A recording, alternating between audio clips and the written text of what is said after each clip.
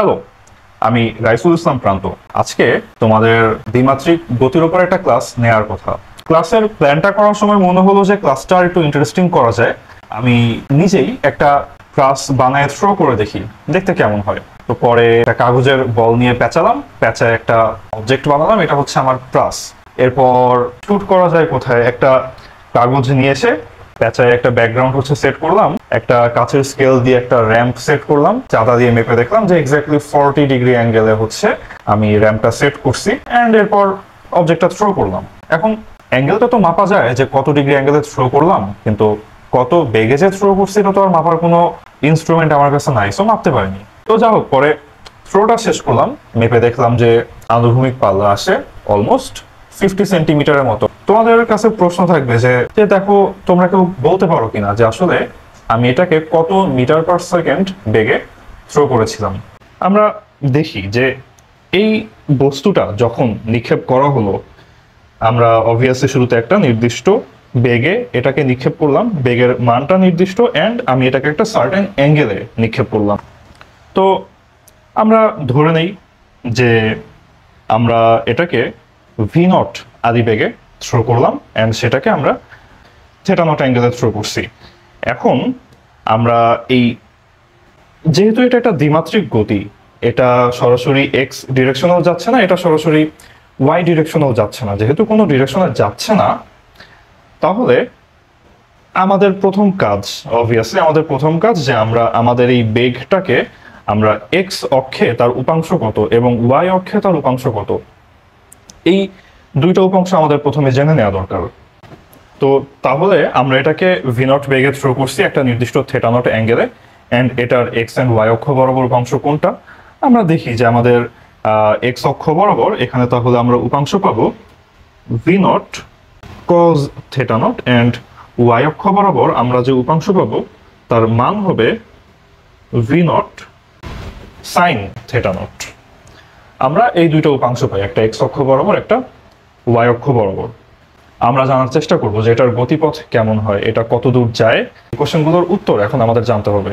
এখানে আমরা দেখতে পাই যে v not sine theta not একটা উপাংশ, এখানে V nought cos theta not একটা উপাংশ। বেসিক্যালি এই দুটো উপাংশের কাজ কি, আমরা একটু ডিরেকশনটা খেয়াল করি যে v nought cos theta not এটা হচ্ছে এক্স অক্ষ বরাবর ডান দিকে, V naught sine theta not এটা ওয়াই অক্ষ বরাবর উপরের দিকে এটার ডিরেকশন। তাহলে অবভিয়াসলি এদের পারপাসটা কি, V nought cos theta not এটা এই অবজেক্টটাকে আস্তে আস্তে বাম দিক থেকে ডান দিকে ঠেলে দিচ্ছে, and V naught sine theta not এই উপাংশটা এই অবজেক্টটাকে আস্তে আস্তে উপরের দিকে ঠেলে দিচ্ছে বা উপরে উঠতে হেল্প করতেছে। এখন আমরা বোঝার ট্রাই করি যে গ্র্যাভিটি কোন অক্ষ বরাবর কাজ করে। গ্র্যাভিটি কাজ করে ওয়াই অক্ষ বরাবর নিচের দিকে। তো সেজন্য V naught sine theta not যদিও এই বস্তুটাকে উপরে পাঠায় দেয়, একটা নির্দিষ্ট সময় পর এটার ওয়াই অক্ষ বরাবর বেগ কমে আসতে থাকবে, কারণ gravity is pulling downward. So তার কিছুক্ষণ পর আমরা দেখব যে আমাদের বস্তুটা এরপর নিম্নগামী বা নিচের দিকে পড়া শুরু করবে গ্র্যাভিটির কারণে। কিন্তু অন দ্য আদার হ্যান্ড এখানে এক্স অক্ষ বরাবর তো গ্র্যাভিটি কাজ করে না, তো এক্স অক্ষ বরাবর বস্তুটা সমানভাবে বাম থেকে ডান দিকে যেতেই থাকবে। তাহলে আমরা এখানে আমাদের এই যে বেগ ভি নট তার যে দুইটা উপাংশ, একটা ওয়াই বরাবর একটা এক্স বরাবর, এদের পারপাসটা কি সেটা আমরা জানলাম। এখন আমরা জানার ট্রাই করি এটার পজিশন নিয়ে, যে আমরা তো বুঝলাম যে বেগ এখানে দুইটা অক্ষ বরাবর কাজ করবে, একটা এক্স অক্ষ বরাবর একটা ওয়াই অক্ষ বরাবর, কিন্তু একটা অক্ষে গ্র্যাভিটি কাজ করে, একটা অক্ষে গ্র্যাভিটি কাজ করে না। সো ওই অক্ষে এক্স অক্ষে সমবেগে চলবে। এখন তাহলে প্রশ্ন হচ্ছে আমরা পজিশনটা কিভাবে হচ্ছে আমরা নির্ণয় করব। আমরা পজিশনটা যদি বের করতে চাই যে একটা নির্দিষ্ট টি সময় পর এটার পজিশন, আমরা এখন এটা কিভাবে জানতে পারি। যদি এই একটা নির্দিষ্ট সময় পরে, ধরে নিই সময়টা হচ্ছে টি সময়ে, তো এই একটা নির্দিষ্ট সময় পরে যদি এই বস্তুটা একটা নির্দিষ্ট বিন্দুতে গিয়ে পৌঁছায়, আমরা ধরে নিই যে সেই বিন্দুটার নাম হচ্ছে পি বিন্দু। এটা একটা নির্দিষ্ট বিন্দুতে এসে পৌঁছাইছে। এখন এইখানে আমরা তো এটার পজিশন জানতে চাই, কিন্তু আমরা তো এখানে বুঝতে পারি যে এই মোশনটা তো একটা নির্দিষ্ট অক্ষে না, এটার এক্স অক্ষ বরাবরও মুভমেন্ট আছে, এটার ওয়াই অক্ষ বরাবরও মুভমেন্ট আছে।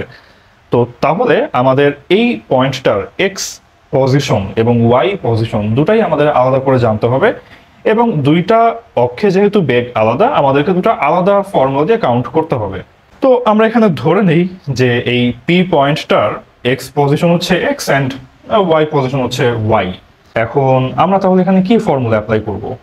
আমরা শুধু জানি যে এই প্রথম অবস্থান থেকে পি অবস্থানে আসতে এই প্রাস বা এই বস্তুটার সময় লাগছে টি সেকেন্ড।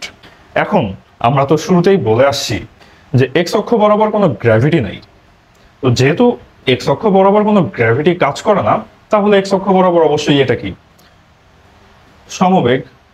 অ্যান্ড আমরা জানি সমবেগের ফর্মুলা হচ্ছে এস ইকুয়ালস ভিটি।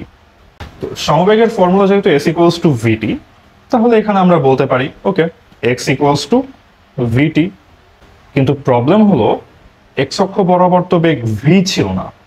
আমরা যদি চিন্তা করি, এখানে বস্তুটার ইনিশিয়াল বেগ ছিল ভি নট, এবং তার এক্স অক্ষ বরাবর যে উপাংশ সেটা ছিল V naught cos theta naught. আমরা তাহলে এখানে বলতে পারি যে যখন এই বস্তুটা পি পজিশনে চলে আসবে, তার এক্স পজিশন বা এক্স এর ভ্যালু হবে V nought cos theta nought into t. আমরা মূলত এই জন্যই বেগের উপাংশ বের করি, কারণ তাহলে আমরা এক্স অক্ষের ক্যালকুলেশনটা আলাদাভাবে করতে পারি। এক্স অক্ষ বরাবর আমাদের বেগ কত? V nought cos theta nought. X অক্ষ বরাবর আমাদের সরণ কত? X equals to V nought cos theta nought into t. আমরা তো ওয়াই বরাবর বেগও আমরা জানি v not sine theta nought, কিন্তু ওয়াই বরাবর তো ত্বরণ কাজ করে, গ্র্যাভিটি কাজ করে, তার জন্য ওয়াই বরাবর এটা সম বেগে চলবে না, এটা চলবে সমতরণে বা সমমন্দনে। গ্র্যাভিটি এটাকে পুল করবে। যখন এটাকে আপওয়ার্ডে থ্রো করা হয়, এটা তো আস্তে আস্তে উপরের দিকেও যেতে থাকে, অ্যান্ড যখন উপরের দিকে যেতে থাকে, গ্র্যাভিটি এটাকে নিচের দিকে পুল করতে থাকে। তাহলে আমরা এখানে এটার ওয়াই পজিশনকে উপরের দিকে নিক্ষেপ করে একটা বস্তু এরকম কনসিডার করে আমরা এটার ফর্মুলা সাজাবো। আমরা তো জানি যে উপরের দিকে নিক্ষিপ্ত বস্তুর জন্য ফর্মুলা হচ্ছে s equals u t minus half g t square. তো সেখান থেকে আমরা এখানে ফর্মুলেশন করতে পারি যে y equals v not sine theta nought t minus half g t square. তাহলে এখানে আমরা বস্তুটার একটা নির্দিষ্ট সময় পরে তার পজিশন এর এক্স ভ্যালু অ্যান্ড তার পজিশন ওয়াই ভ্যালু, এই দুটা ভ্যালু এখন আমরা বের করা শিখলাম, আমরা এখন বের করতে পারবো। এখন একটা বস্তু যখন নিক্ষেপ করা হয়, এই নিক্ষিপ্ত বস্তু বা একটা গতিশীল বস্তুর জন্য আমাদের প্রাইমারি প্রশ্ন কি কি থাকতে পারে? দুইটা থাকতে পারে। এক, বস্তুটার পজিশন এখন কোথায়, অ্যান্ড দুই, বস্তুটার বেগ এই মুহূর্তে কত। আমরা তো সম্ভবত দেখে মনে হচ্ছে যে পজিশন অলরেডি বের করতে পারি। এখন তাহলে আমাদের মাথায় একটা কোয়েশ্চেন, একটা নির্দিষ্ট টি সময় পরে বস্তুটা যখন পি পজিশনে এসে পৌঁছাবে, তখন এখানে এই বস্তুটার বেগ কত হবে, এটা এখন তাহলে আমরা জানতে চাই। এই দ্বিমাত্রিক গতির বেলায় একটা ব্যাপার লক্ষণীয়, যে এই বস্তুটা কন্টিনিউয়াসলি তার দিক চেঞ্জ করতে থাকে।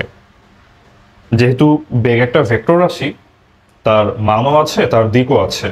এখন তার মান তো কন্টিনিউয়াসলি চেঞ্জ হয়, অ্যান্ড সেই সাথে তার দিকটাও এখানে কন্টিনিউয়াসলি চেঞ্জ হতে থাকে। এক এক সময় তার বেগের ডিরেকশন ছিল এক এক দিকে। যেমন আমরা যখন প্রথমে এই বস্তুটাকে থ্রো করি, এই বস্তুটার ডিরেকশন ছিল সামথিং এরকম একটা দিকে। আমরা আসলে অ্যাকচুয়ালি মেজার করে দেখেছিলাম যে তখন এই অ্যাঙ্গেলটা ছিল 40 ডিগ্রি। কিন্তু একটা নির্দিষ্ট সময় পরে বস্তুটা যখন আরেকটু সামনে চলে আসে, তখন যদি আমরা খেয়াল করি যে এই পজিশনটাতে বস্তুটার বেগের দিক এখন কোন দিকে মনে হচ্ছে, আমরা যদি খেয়াল করি বস্তুটা অ্যাজ ইফ এখান থেকে এইটুকু পজিশনের মধ্যে যদি আমরা ওর দিকে তাকাই, আমরা দেখব যে বস্তুটার বেগের ডিরেকশন হচ্ছে এর সাথে স্পর্শক বরাবর এই দিকে। অর্থাৎ একটা ব্যাপার আমরা মোটামুটি শিওর যে দ্বিমাত্রিক গতির বেলায় বস্তুর বেগের দিকটা একটা নির্দিষ্ট মুহূর্তে বস্তুর বেগের দিকটা থাকে ওই মুহূর্তে গতিপথের স্পর্শক বরাবর। তাহলে এটা যখন ফাইনালি আমাদের এই পি বিন্দুটাতে আসবে সেই মুহূর্তে তার বেগের ডিরেকশন কোনটা আমরা যদি এখানে খেয়াল করে দেখি, তার বেগের ডিরেকশন হচ্ছে সামওয়াট এরকম একটা স্পর্শক বরাবর। এখন আমরা এখানে একটা ব্যাপার আসলে খেয়াল করি যে বস্তুটার এই মুহূর্তে ডিরেকশন এই বরাবর, একটু পরেও কিন্তু এই ডিরেকশন থাকবে না। তার একটু পরে আমরা দেখব যে বস্তুটা বরাবরের মতোই তার ডিরেকশনটা আবার চেঞ্জ করবে অ্যান্ড সেটা অন্যদিকে যাওয়া শুরু করবে। এখন এখানে এই বেগটা যেহেতু এক্স অক্ষ বরাবরও নাই আবার ওয়াই অক্ষ বরাবরও নাই, কাইন্ড অফ ইনক্লাইন ভাবে বা তির্যক ভাবে, তাই আমাদেরকে এই বেগটা এই মুহূর্তের বেগটা জানতে হলে আমাদেরকে আবার এই বেগের এক্স উপাংশ অ্যান্ড ওয়াই উপাংশ দুটাই বের করতে হবে। এখন তাহলে প্রশ্ন হলো ভি নটের সাথে ভি এর সম্পর্কটা কি? সোজা কথায় বলে সম্পর্ক ভি নটের সাথে ভি এর না, সম্পর্ক হচ্ছে ভি নটের এক্স উপাংশের সাথে ভি এর এক্স উপাংশ অ্যান্ড ভি নটের ওয়াই উপাংশের সাথে ভি এর ওয়াই উপাংশের সম্পর্ক। কিন্তু অ্যাজ উই সেড আর্লিয়ার যে ভি নটের যে এক্স উপাংশ অ্যান্ড তার সাথে ভি এর যে এক্স উপাংশ এদের কোনো চেঞ্জ থাকবে না, এরা সমান, কারণ এক্স বরাবর কোনো ত্বরণ কাজ করে না। এই বস্তুটাকে তো আসলে কাইন্ড অফ উপরের দিকে থ্রো করে দেওয়া হয়েছিল, তো তাহলে ভি নটের যে ওয়াই উপাংশ বা উপরের দিকে যে বেগ সেটা গ্র্যাভিটির কারণে আস্তে আস্তে কমতে থাকবে। শুরুতে তাই হয়েছে অ্যাকচুয়ালি। আমরা যদি এখানে তাকাই আমরা দেখব যে শুরুতে যেভাবে বস্তুটা উপরের দিকে উঠছিল কিছুক্ষণ পর দেখা যাবে তার উপরের দিকে ওঠার যে বেগ সেই বেগটা হ্রাস পায় অ্যান্ড একটা নির্দিষ্ট মোমেন্টে আমরা দেখব যে বস্তুটার কোনো ওয়াই বরাবর কোনো বেগই নাই। এই বস্তুটা অ্যাজ ইফ ভূমির সমান্তরালে গতিশীল। অর্থাৎ এই মুহূর্তে এই মুহূর্তটায় এই বস্তুটা অলমোস্ট ভূমির সমান্তরালে গতিশীল, অর্থাৎ এর ওয়াই বরাবর বলতে গেলে কোনো বেগই নেই। অ্যান্ড তারপর তার মানে এতক্ষণ কি হলো, বস্তুটার ওয়াই বরাবর যে বেগ ছিল গ্র্যাভিটির পুল এর কারণে সেই বেগটা আস্তে আস্তে কমে গিয়েছে অ্যান্ড এরপর গ্র্যাভিটির পুলের কারণে এই বস্তুটা আবার নিচের দিকে পড়া শুরু করেছে। তার মানে এই মুহূর্তে এই বস্তুটা সর্বোচ্চ উচ্চতায় পৌঁছে যাবার পরে এবার সে নিচের দিকে পড়া শুরু করেছে। সো আমরা ফাইনাল বেগ যে ভি তার যে ওয়াই উপাংশ সেটা আমরা তাই দেখব নিম্নমুখী। তো সবই বুঝলাম, বস্তুটা গতিশীল ছিল, এখনো গতিশীল আছে, এটা ডিরেকশন চেঞ্জ হচ্ছে। এখন বেগের মানটা আমরা কিভাবে নির্ণয় করতে পারি? আমরা বেগের ফর্মুলাগুলো দেখা শুরু করি। প্রথম ব্যাপার, V naught of X will be equals to V of X, কিন্তু ভি অফ ওয়াই এই ভ্যালুটা চেঞ্জ হবে V naught Y minus GT. অর্থাৎ এই ফর্মুলাটা আমাদের সেই পুরনো formula V equals U minus GT এর সাথে সাদৃশ্যপূর্ণ। এখন কথা হচ্ছে যে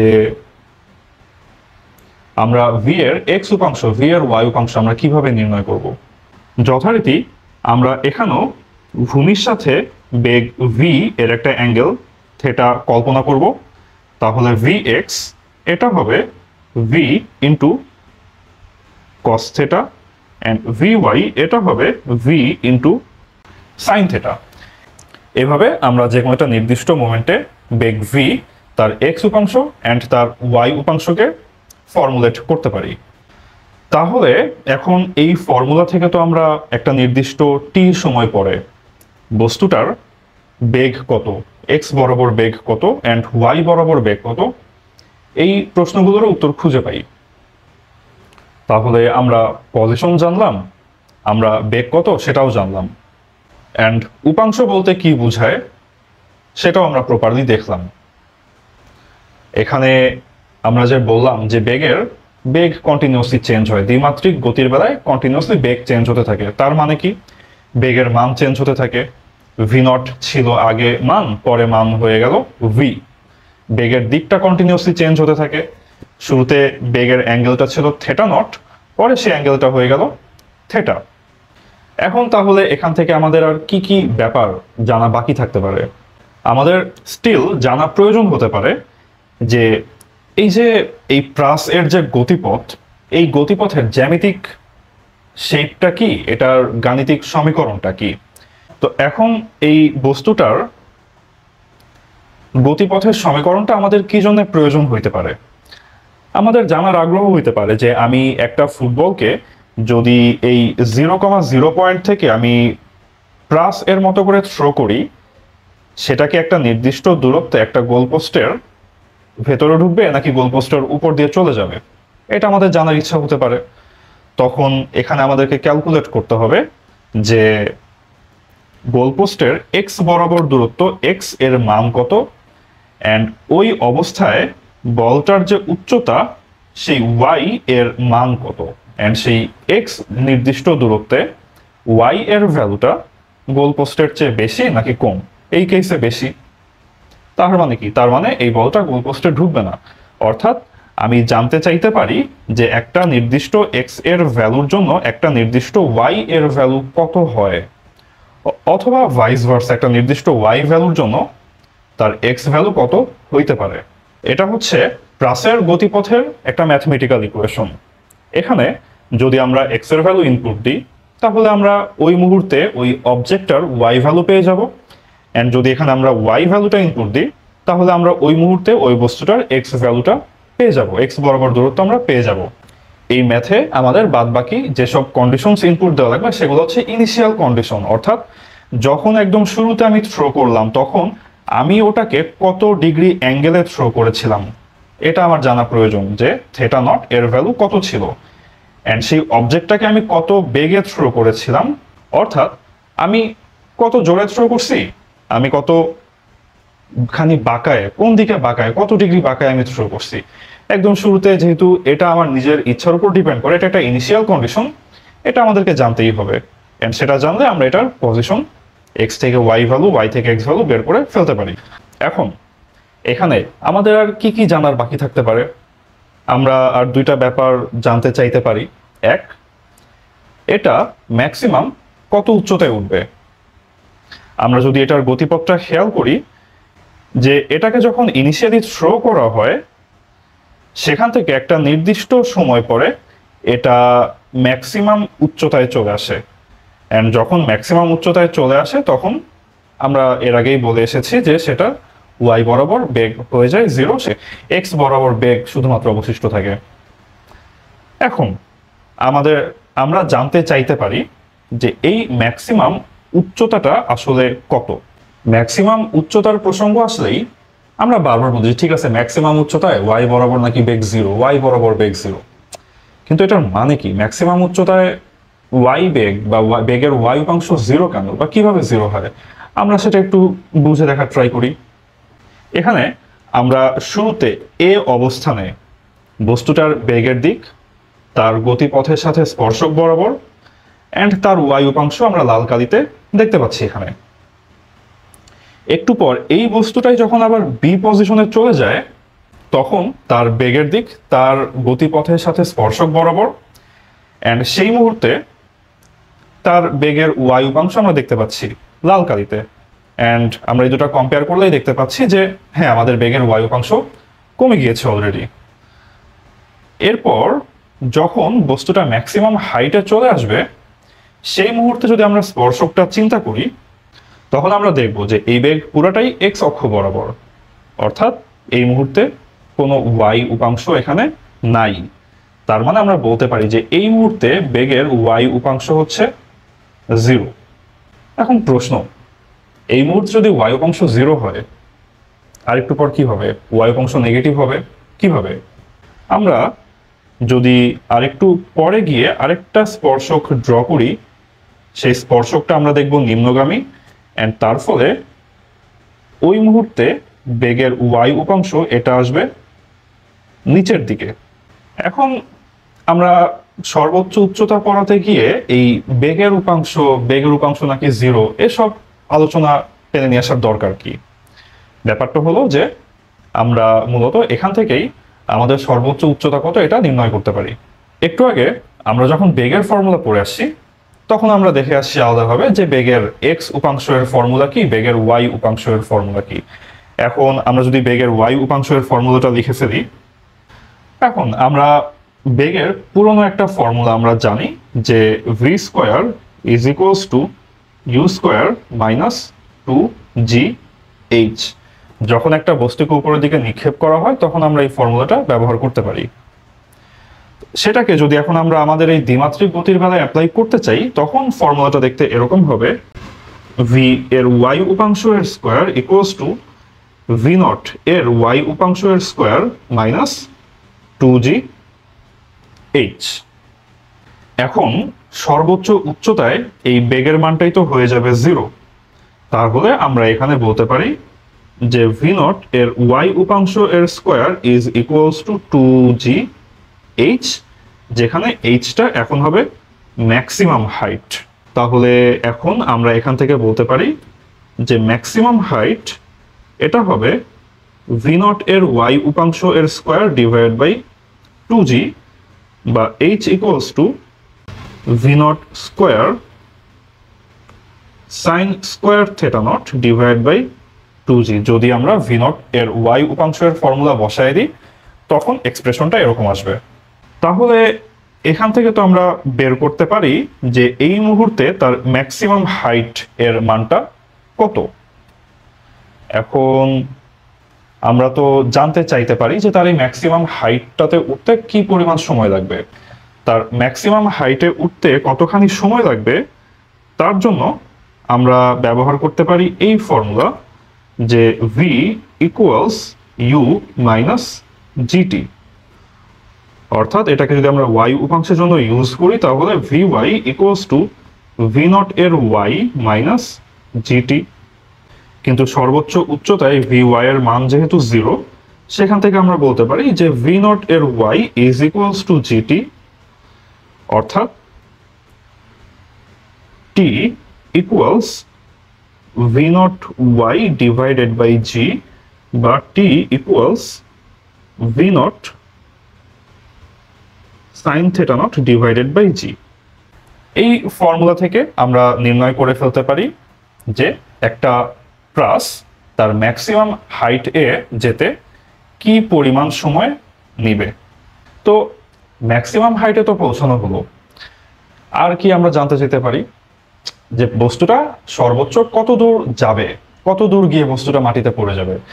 আমরা যদি এটার গতিপথের দিকে তাকাই আমরা দেখব যে একটা নির্দিষ্ট সময় পরে এটা মাটিতে এসে পড়বে। যখন এটা মাটিতে এসে পড়বে সেই দূরত্বটাকে আমরা নাম দেই আনুভূমিক পাল্লা বা হরাইজন্টাল রেঞ্জ। এখন প্রথম আমরা জানতে চাইতে পারি যে এই হরাইজন্টাল রেঞ্জ বা পুরো আনুভূমিক পাল্লা পর্যন্ত গিয়ে পৌঁছাতে এটার কি পরিমাণ সময় লাগবে। তো সেটা বের করার জন্য আমরা এভাবে চিন্তা করতে পারি যে বস্তুটা যখন তার সর্বোচ্চ উচ্চতায় এসে পৌঁছায় সে সময়ে সে অলরেডি তার অর্ধেক রাস্তা অতিক্রম করে ফেলেছে। এরপর সে যখন বাকি অর্ধেক পার করে মাটিতে গিয়ে পড়বে তখন তার প্রথম অর্ধেকে যেটুকু সময় লেগেছিল ঠিক ততটুকু সময় লাগবে। অর্থাৎ এই ম্যাক্সিমাম হাইটে উঠতে তার সময় লেগেছিল v not sine theta nought divided by g. বাকি অর্ধেকের জন্য তার একই সময় লাগবে। তাহলে আমরা বলতে পারি টোটাল রিকোয়ার্ড টাইম হচ্ছে এর ডাবল। অর্থাৎ সম্পূর্ণ আনুভূমিক পাল্লা পার করার জন্য তার প্রয়োজনীয় টাইম হচ্ছে 2 into v not sine theta nought divided by g. এখন একটা প্রশ্ন হলো যে এই আনুভূমিক পাল্লা আর এটা আসলে কত। এখন তাহলে আমাদেরকে চিন্তা করতে হবে যে আসলে এখানে কোন ভ্যালুটা 0। বস্তুটা শুরুতে এখানে ছিল, তারপর সেটা আস্তে আস্তে করে ম্যাক্সিমাম হাইটে গিয়ে পৌঁছালো অ্যান্ড সেটা তারপর আবার ট্রাভেল করে মাটিতে এসে পড়লো। যখন এটা মাটিতে এসে পড়ে তখন তার উচ্চতা 0 হয়ে যায়, অর্থাৎ তার ওয়াই ভ্যালু ইকুয়ালস টু হয়ে যাবে 0। তাহলে যেহেতু এই মুহূর্তে তার উচ্চতাটা 0, আমরা এই y এর ফর্মুলা থেকে আমরা জানার ট্রাই করতে পারি যে আর ভ্যালুটা কত। আমরা এখানে বোঝার ট্রাই করি যে এই মুহূর্তে তার y ভ্যালুটা 0, সেই মুহূর্তে তার x ভ্যালুটাই আসলে এই আনুভূমিক পাল্লা বা হরাইজন্টাল রেঞ্জ। তাহলে এখন আমরা এখানে y এর ভ্যালু 0 বসিয়ে x এর ভ্যালু বের করার ট্রাই করব। এন্ড x আর y এর মধ্যে সম্পর্ক আসে কোন ফর্মুলা থেকে? আমরা এই মাত্র যে বিখ্যাত ফর্মুলা পড়ে আসলাম, এটা এখানে আমাদের ইউজ করতে হবে। y equals tan theta naught, এটাই হচ্ছে আমাদের ফর্মুলা। আমরা এটাই এখন আবার ব্যবহার করব। এন্ড এখানে যখন সে তার একদম শুরু থেকে একদম পুরো রাস্তা ট্রাভেল করে তার শেষ বিন্দুতে এসে পৌঁছায়, সে মুহূর্তে তার y ভ্যালু যেহেতু 0, আমরা এখানে ইউজ করব y এর ভ্যালু 0, অর্থাৎ এই শেষ বিন্দুতে y এর ভ্যালু হবে 0। সেখান থেকে আমরা এখন ফার্দার ক্যালকুলেশন করে বলতে পারি, আমরা এখানে y এর ভ্যালু 0 বসালে আমরা এরকম একটা কেস পাই। এন্ড যেই মুহূর্তে y এর ভ্যালু 0, সেই মুহূর্তেই আসলে x এর ভ্যালু হয়ে যাবে r এর সমান। যেই মুহূর্তে y এর ভ্যালু 0, সেই মুহূর্তে যে x পাবো, সেই xটাই আসলে আমাদের এই হরাইজন্টাল রেঞ্জ বা আনুভূমিক পাল্লা। আমরা যদি আরেকটু ফার্দার ক্যালকুলেশন করি, তাহলে আমরা এরকম একটা এক্সপ্রেশন পাই। এন্ড এখান থেকে আমরা r এর ভ্যালু বা এই বস্তুটার টোটাল হরাইজন্টাল রেঞ্জ কত, সেটা আমরা এই ফর্মুলার সাহায্যে বের করে ফেলতে পারি। তাহলে এই লেকচারের থ্রুতে আমরা একটা দ্বিমাত্রিক গতির বেলায় একটা বস্তু তার একটা নির্দিষ্ট সময় পরে পজিশন কত হবে, তার একটা নির্দিষ্ট সময় পরে বেগ কত হবে, এন্ড সেটা সর্বোচ্চ কত উচ্চতায় উঠবে, সেটা সর্বোচ্চ কত দূর যাবে, এই ভ্যালুগুলো আমরা এখান থেকে বের করে ফেলতে পারবো।